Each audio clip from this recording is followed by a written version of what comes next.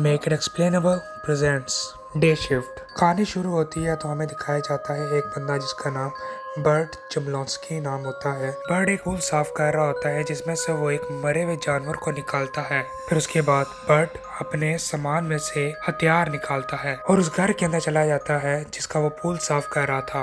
Burt घर की तलाशी कर रहा होता है तो इतने में ही एक बूढ़ी औरत उसके सामने आ जाती है। बर्ट औरत को देख के उस पे शूट करता है। दरअसल वो जिस पे शूट करता है वो एक औरत नहीं बल्कि एक वैम्पायर होती है और बर्ट जो कि पूल सर्विस के कपड़ों में होता है वो दरअसल एक वैम्पायर हंटर होता है। इन दोनों के दरमियान बहुत लड़ाई होती है लेकिन बर्ट कैसे भी करके इस वैम्पायर का सर उतार देता है। फिर पीछे से एक और वैम्पायर आता है बर्ट पर हमला करने के लिए, लेकिन जैसे ही वो बर्ट पर हमला करता तो इसका भी सर उतर जाता। दरअसल बर्ट ने घर में एक जाल बिछाया होता दरवाजे पे जो कि एक शार्प वायर होती है जिसकी वजह से इस वैम्पायर का सर उतर जाता है। फिर उसके बाद बर्ट इन दोनों के मुंह से एक एक दांत निकाल लेता है। दूसरी जगह दिखाया जाता है कि एक वैम्पायर जिसको धूप में रखा होता है उसकी स्किन जल रही होती है। फिर एक वैम्पायर आती है जिसका नाम ऑड्री है। ऑड्री इसको सजा दे रही होती है क्योंकि इसने ऑड्री के काम नहीं किए होते जिसकी वजह से ऑड्री इसको सजा दे रही होती है। फिर उसके बाद ऑड्री इस पर सीमेंट गिरा देती है। दूसरी तरफ दिखाया जाता है बर्ट को। दरअसल बर्ट ये काम जो कि वैम्पायर वाला होता है ये सबसे छुप के कर रहा होता है। बर्ट अपनी स्किन को एक खास पाउडर से धोता है जिसकी वजह से वैम्पायर का कोई भी इन्फेक्शन इसके जिस्म को ना लगे। दूसरी तरफ दिखाया जाता है एक बच्ची को जो कि बर्ट की बेटी होती है। बर्ट अपनी बेटी से बहुत मोहब्बत करता होता है और इसके लिए कुछ भी कर सकता है। जब ये दोनों घर जाते हैं तो बर्ट अपनी बीवी से मिलता है। बीवी बर्ट को घर छोड़ने का बताती है। बर्ट ये सुन के परेशान हो जाता है। बर्ट की बीवी कहती है कि मैं घर छोड़कर अपने माँ के घर जा रही हूँ फ्लोरिडा। बर्ट की बीवी कहती है कि हमारी बेटी के लिए यहाँ पे कोई फ्यूचर नहीं है। बर्ट कहता है कि उसका फ्यूचर यही है यहाँ पे इस शहर में। बर्ट की बीवी कहती है कि ऐसा कौन सा फ्यूचर जिसमें स्कूल ही ना हो। बर्ट कहता है कि मैं एक हफ्ते के अंदर अंदर फीस जमा करा दूंगा। बर्ट की बीवी मान जाती है। फिर इसके बाद बर्ट एक शॉप पे जाता है जहाँ पे इलीगली तौर पर वैम्पायर्स के दांत बेचे जाते हैं। इस शॉपकीपर का नाम ट्रॉय होता है। ट्रॉय इन दांतों की कीमत कम लगाता है। बर्ट को पैसों की जरूरत होती है जिसकी वजह से बर्ट अपनी गन और जूते बेच देता है। फिर उसके बाद बर्ट अपने दोस्त को मैसेज करता है जिसका नाम बिग जॉन होता है। बिग जॉन कहता है हम कल सुबह मिलेंगे। फिर उसके बाद दिखाया जाता है कि ऑड्री एक घर में आती है। ये वही घर होता है जिसमें बर्ट ने वैम्पायर्स को मारा होता है। ये सब कुछ देख के ऑड्री को गुस्सा आ जाता है। ऑड्री का बंदा एक कांच का टुकड़ा ऑड्री को पकड़ाता है जिसमें बर्ट का खून लगा होता है जिसकी वजह से ऑड्री बर्ट को पकड़ सकती है। फिर सुबह दिखाते हैं बर्ट अपने दोस्त बिग जॉन का इंतजार कर रहा होता है। जैसे ही बिग जॉन आता है तो वो एक कॉफी शॉप के अंदर जाते हैं। इस कॉफी शॉप के अंदर एक एजेंसी होती है जो कि वैम्पायर्स को मारने का काम करती होती है। बर्ट इस कंपनी में पहले भी काम करता था लेकिन कुछ रूल्स तोड़ने की वजह से इसको एजेंसी ने निकाल दिया था। फिर उसके बाद ये दोनों एजेंसी के बॉस से मिलने जाते हैं। बॉस कहता है कि तुमने पहले भी एजेंसी के कुछ रूल्स तोड़े थे जिसकी वजह से तुम्हें यहाँ से निकाला गया था। बर्ट कहता है कि मैं चेंज हो चुका हूँ, मैं ऐसी गलती नहीं करूँगा, मुझे बस एक मौका चाहिए। फिर उसके बाद बिग जॉन जो कि एजेंसी का बहुत बड़ा वैम्पायर हंटर होता है वो भी बॉस को कहता है कि ये चेंज हो चुका है, इसको एक मौका देना चाहिए। बॉस मान जाता है। बॉस कहता है कि इस बार कोई गलती ना करना। फिर दिखाया जाता है एक लड़के को जिसका नाम सेथ है। सेथ को इसका बॉस कहता है कि तुमने बर्ट पर नजर रखनी है। सेथ बर्ट के पास जाता है और बर्ट को कहता है कि मुझे बॉस ने तुम पर नजर रखने के लिए कहा है। फिर उसके बाद ये दोनों वैम्पायर को मारने के लिए निकल जाते हैं। बर्ट सेथ को कहता है कि तुम वैम्पायर की स्पीशीज के बारे में क्या जानते हो। सेथ कहता है कि इनमें 5 स्पीशीज हैं। एक है साउदर्न, ईस्टर्न, स्पाइडर, उबर और जुवेनाइल। ये सब के सब वैम्पायर्स सनलाइट से डरते हैं। फिर बर्ट देखता है कि वैम्पायर गाड़ी लेके जा रहा है। बर्ट इसका पीछा करता है। बर्ट वैम्पायर का पीछा करते हुए बॉलिंग क्लब आता है। बर्ट सेथ को कहता है कि तुम गाड़ी में ही इंतजार करो। फिर दूसरी तरफ दिखाया जाता है ट्रॉय को जिसको गोलियों की चलाने की आवाजें आती हैं। ट्रॉय अपनी गन निकालने ही लगता है तो एकदम से ऑड्री आ जाती है और उसको पकड़ लेती है। ऑड्री ट्रॉय को कहती है कि बर्ड कहाँ है। ट्रॉय कहता है कि मैं नहीं बताऊंगा। ऑड्री कहती है कि तुम्हारा बचने का सिर्फ एक ही तरीका है कि मुझे उसका पता बता दो। ट्रॉय बताने से इनकार कर देता है, जिसकी वजह से ऑड्री इसको मार देती है। फिर दूसरी तरफ दिखाया जाता है बर्ड को, जो कि बॉलिंग क्लब के अंदर जाता है वेम्पायर को मारने के लिए। बर्ड यहाँ पे 3 वेम्पायर को शूट करता है और एक का जैसे ही सर उतारता है तो दूसरा इस पे हमला कर देता है। फिर दिखाते हैं सेथ को। सेथ को उसके बॉस की कॉल आती है। इसका बॉस को कहता है कि तुमने बर्ड पर नजर रखनी थी, जाओ उसके पास जाओ और उस पर नजर रखो। जैसे ही सेथ अंदर जाता है तो वो देखता है बर्ड एक वेम्पायर से लड़ रहा होता है। बर्ड उसको कहता है कि जल्दी से मुझे मेरी गन पकड़ाओ।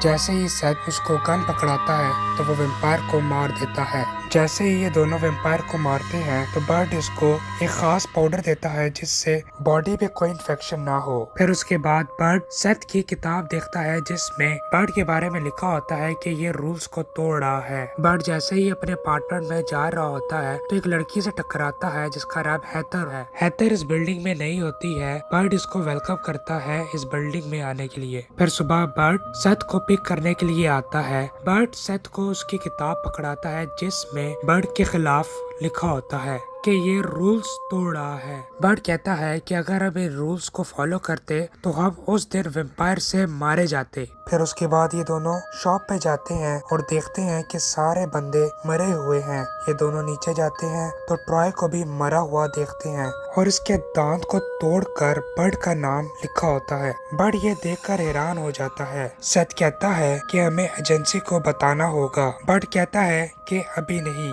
सेथ कहता है कि एजेंसी को बताना लाजमी है क्योंकि ये रूल्स के खिलाफ होगा। बर्ड कहता है बताना, लेकिन 24 घंटे के बाद। अगर तुमने बता दिया तो मेरी फैमिली मुझे छोड़कर चली जाएगी क्योंकि बर्ड को पैसों की जरूरत होती है। अगर एजेंसी को पता लग गया तो इसे पैसे नहीं मिलेंगे अपनी बेटी की फीस के लिए। ये सुनकर सेथ कहता है कि ठीक है, मैं एजेंसी को नहीं बताऊंगा। फिर बर्ड अपने घर जाता है। वहाँ ये हैथर को किसी से बात करते हुए देखता है। सुबह सेथ और बर्ड वेम्पायर्स को मारने के लिए जाते हैं। उधर इन्हें 2 और भी वेम्पायर्स हंटर मिलते हैं। ये सब मिलके फैसला करते हैं कि वेम्पायर्स को हम सब मिलकर मारेंगे। जब ये सब घर के अंदर जाते हैं तो ये कुछ वेम्पायर्स को मारते हैं। घर की तलाशी लेते वक्त बर्ड को मालूम होता है कि इधर बहुत सारे वेम्पायर मौजूद हैं। ये सब वेम्पायर्स को मारने लग जाते हैं। इनके दरमियान बहुत लड़ाई होती है। जैसे ही ये सब वेम्पायर्स को मारते हैं तो सेथ कहता है कि कुछ ठीक नहीं है।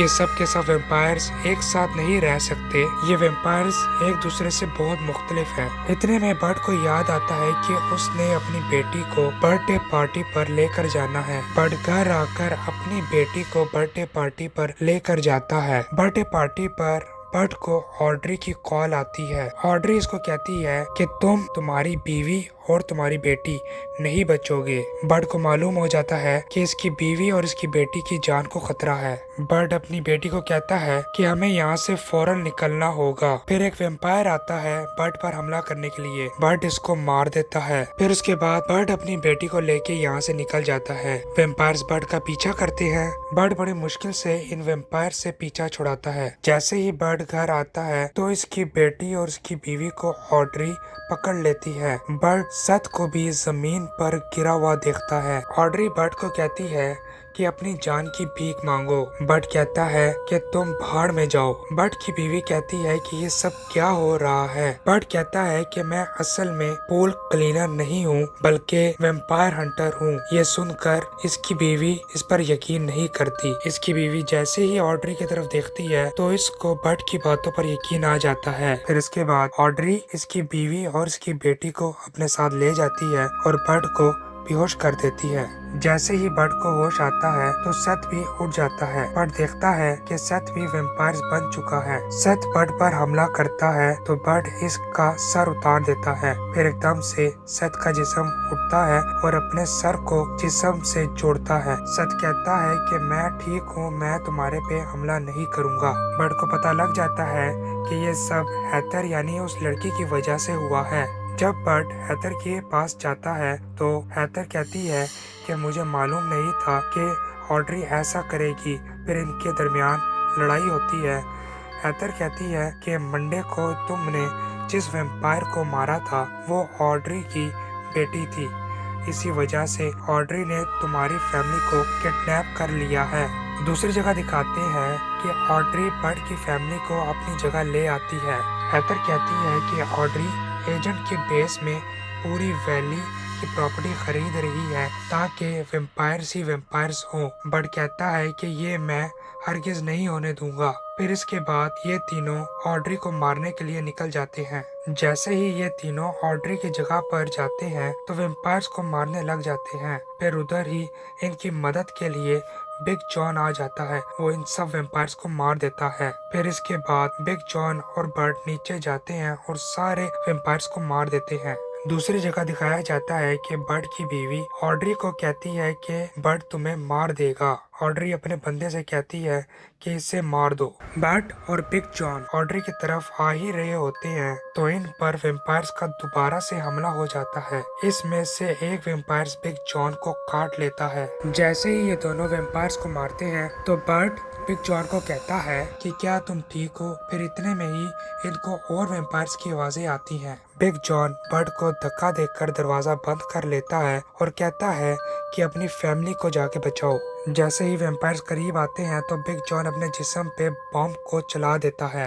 फिर दिखाया जाता है कि बर्ड को जिसे मारने के लिए ऑड्री का बंदा जाता है। इनके दरमियान लड़ाई हो ही रही होती है तो बर्ड के साथी आ जाते हैं। हेदर बर्ड को कहती है कि जाओ अपनी फैमिली को बचाओ। बर्ड ऑड्री के पास आता है तो ऑड्री बर्ड को कहती है कि तुमने मेरी बेटी को मारा है, मैं तुम्हें नहीं छोड़ूंगी। इन दोनों के दरमियान लड़ाई शुरू हो जाती है। ऑड्री बर्ड को बहुत मार रही होती है। दूसरी जगह सेथ और हीथर ऑड्री के बंदे से लड़ रहे होते हैं। ये दोनों बड़ी मुश्किल से इस वैम्पायर को मार देते हैं। दूसरी जगह दिखाया जाता है ऑड्री बर्ड को मारने लगती है तो इसकी बीवी पीछे से ऑड्री को नेजा मार देती है, लेकिन ऑड्री को कुछ नहीं होता क्योंकि वो बहुत ताकतवर होती है। ऑड्री बर्ड की बीवी को मारने ही लगती है तो बर्ड इस पर शूट करता है। ऑड्री जैसे ही बर्ड पर हमला करने लगती है तो इसका सर एक शार्प फायर से उतर जाता है। ये वही वायर होती है जिसे बर्ड ने शुरू में वैम्पायर को मारा था। इसके बाद एजेंसी आ जाती है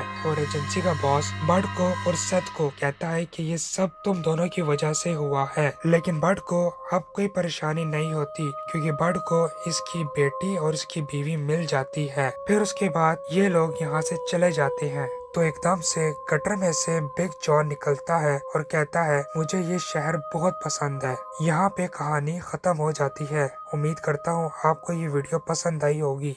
चैनल को लाइक और सब्सक्राइब कीजिए।